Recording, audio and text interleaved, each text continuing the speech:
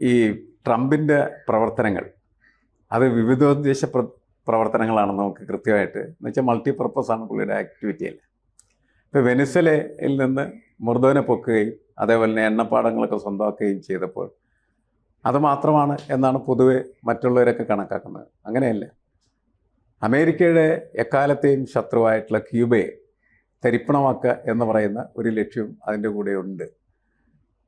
അങ്ങനെ എണ്ണ ഉപരോധം ശക്തമാക്കപ്പെട്ട സാഹചര്യത്തിൽ ക്യൂബയിൽ എണ്ണയില്ല എന്ന് പറഞ്ഞാൽ അവരുടെ ഏതാണ്ട് നിത്യനിദാന സംവിധാനങ്ങൾ മുഴുവൻ തകരാറിലായി. ജനത്തിന് നിൽക്കക്കള്ളിയില്ലാതെ അവസാനം ജനം ക്യൂബയിലെ കമ്മ്യൂണിസ്റ്റ് പാർട്ടിയുടെ ഓഫീസ് കത്തിച്ചു എന്നാണ് വാർത്ത. അതെ, എന്താണ് അതിൻ്റെ ഒരു വിശദാംശം? അതെ, ഇത് മധ്യ ക്യൂബയിലാണ് സംഭവിച്ചിരിക്കുന്നത്. ഇന്നലെ രാവിലെ ക്യൂബയില് കമ്മ്യൂണിസ്റ്റ് പാർട്ടിയുടെ ഓഫീസ് കത്തിക്കുക എന്നൊക്കെ പറഞ്ഞാൽ അസാധാരണം. അപ്പൊ അങ്ങനെ ഒരു സംഭവം ഉണ്ടായി. അവിടെ ബ്ലാക്ക് ഔട്ട്സ് ആണ് ഇപ്പം. അവിടെ വെളിച്ചവും ഒന്നുമില്ല, മരുന്നില്ല, ഭക്ഷണമില്ല, റേഷനും ഒന്നുമില്ല. അതായത് വെനസ്വേലയിൽ നിന്നാണ് എണ്ണ കിട്ടിക്കൊണ്ടിരുന്നത്. വെനസ്വേലയിൽ നിന്ന് മദുറോയെ പുറത്താക്കി കഴിഞ്ഞപ്പോൾ ഈ എണ്ണ ഉപരോധം, വെനസ്വേലയിൽ നിന്നുള്ള എണ്ണ ക്യൂബയ്ക്ക് കൊടുക്കണ്ട എന്ന് അമേരിക്ക തീരുമാനിച്ചു. അങ്ങനെ നട്ടം തിരിയുകയാണ് ക്യൂബയിലെ ജനം. അമേരിക്കൻ ഓയിൽ ബ്ലോക്കേഡ്, അമേരിക്കൻ എണ്ണ ഉപരോധം എത്തുന്നില്ല അതിൽ. അപ്പോൾ അതുകൊണ്ട് ഇപ്പോൾ പവർ കട്ട് ആണ് അവിടെ. വെളിച്ചമൊന്നുമില്ല, പവർ കട്ട്, ഭക്ഷ്യക്ഷാമം, മരുന്നിൻ്റെയൊക്കെ ക്ഷാമം. ഇതിനെതിരെ റാലി നടത്തി ജനം. ആ റാലിക്കിടയിലാണ് കമ്മ്യൂണിസ്റ്റ് പാർട്ടി ഓഫീസ് മോറോൺ നഗരത്തിൽ, മറ്റേ ഹവാന കഴിഞ്ഞു കഴിഞ്ഞാൽ വലിയ നഗരമാണ് ഈ മോറോൺ തീരനഗരം, അവിടെ ആണ് ഈ പാർട്ടി ഓഫീസ് കത്തിച്ചത്. റാലി തുടങ്ങിയത് സമാധാനത്തിൽ തന്നെയൊക്കെയാണ്, കത്തിക്കണമെന്ന് വിചാരിച്ചിട്ടൊന്നുമല്ല. വെള്ളിയാഴ്ച വൈകിട്ട് റാലി തുടങ്ങിയിട്ട് ശനിയാഴ്ച പുലർച്ചെ ആയപ്പോഴാണ് പാർട്ടി ഓഫീസ് കത്തിച്ചത്. ശനിയാഴ്ച പുലർച്ചെ റാലി വയലൻ്റായി, അക്രമാസക്തമായി.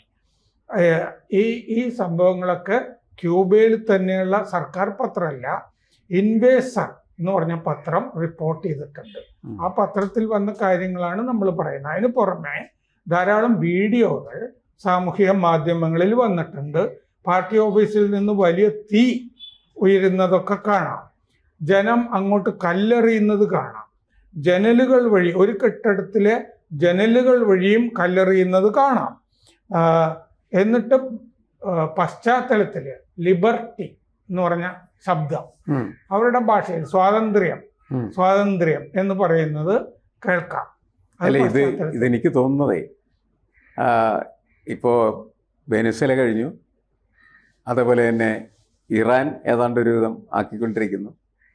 ഇനി അടുത്തത് ക്യൂബയിലായിരിക്കാം അമേരിക്കയുടെ ഓപ്പറേഷൻ എന്നാണ് നമ്മൾ കണക്കാക്കേണ്ടത്, അകത്ത് കയറിയുള്ള ഓപ്പറേഷൻ.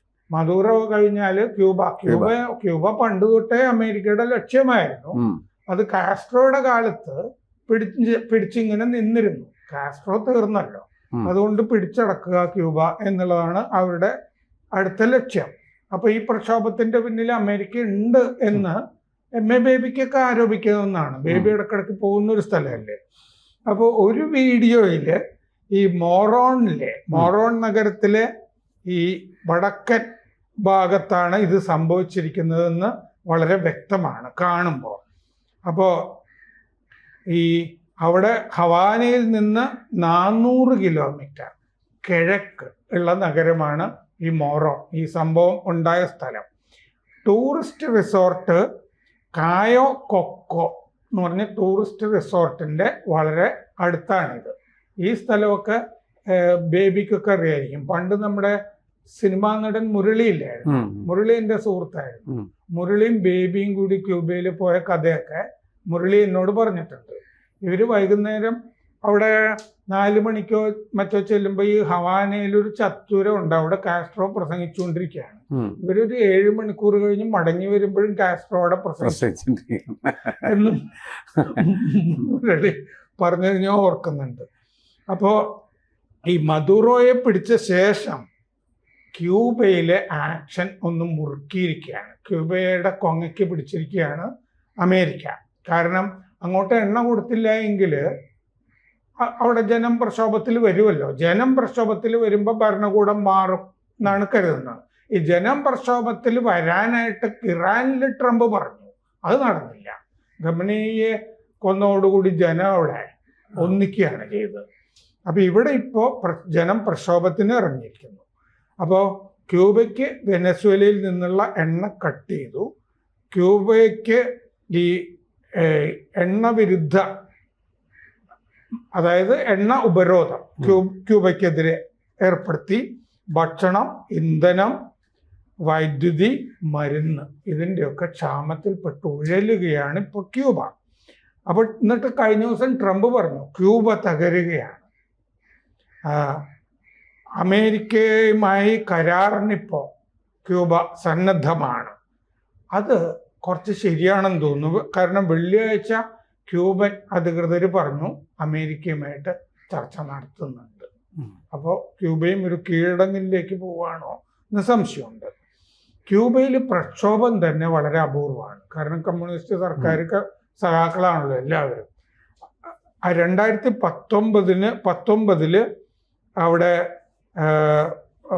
പ്രക്ഷോഭം ആകാം എന്ന് ഭരണഘടനയിൽ പരിഷ്കാരം കൊണ്ടുവന്നിരുന്നു, ഭേദഗതി കൊണ്ടുവന്നിരുന്നു. പക്ഷേ ആ സഭയിൽ, പാർലമെന്റിലൊന്നും പ്രക്ഷോഭമൊന്നും നടത്താൻ പറ്റില്ല, MP-മാരും പോയി തെരുവിൽ പ്രക്ഷോഭമൊന്നും നയിക്കാൻ പാടില്ല എന്നും നിയമത്തിൽ പറഞ്ഞിട്ടുണ്ട്. ജനങ്ങൾക്ക് പക്ഷേ പ്രക്ഷോഭം നടത്താം അല്ലേ എന്ന് ഒരു ഔദാര്യം കൊടുത്തിട്ടുണ്ട് പാർട്ടി. ഇത് മുനിസിപ്പൽ പാർട്ടി കമ്മിറ്റി ഓഫീസ് ആണ് തീവച്ചത് ജനം. അതിൻ്റെ പ്രവേശന കവാടത്തിൽ കല്ലെറിഞ്ഞിട്ടുണ്ട്. അതിൻ്റെ സ്വീകരണ മുറിയിൽ നിന്ന് ഫർണിച്ചറൊക്കെ എടുത്ത് സഖാക്കളെ പുറത്തു കൊണ്ടുവന്നിട്ട് കത്തിച്ചു. ഈ മുനിസിപ്പൽ പാർട്ടി കമ്മിറ്റി ഓഫീസിൽ നിന്ന്.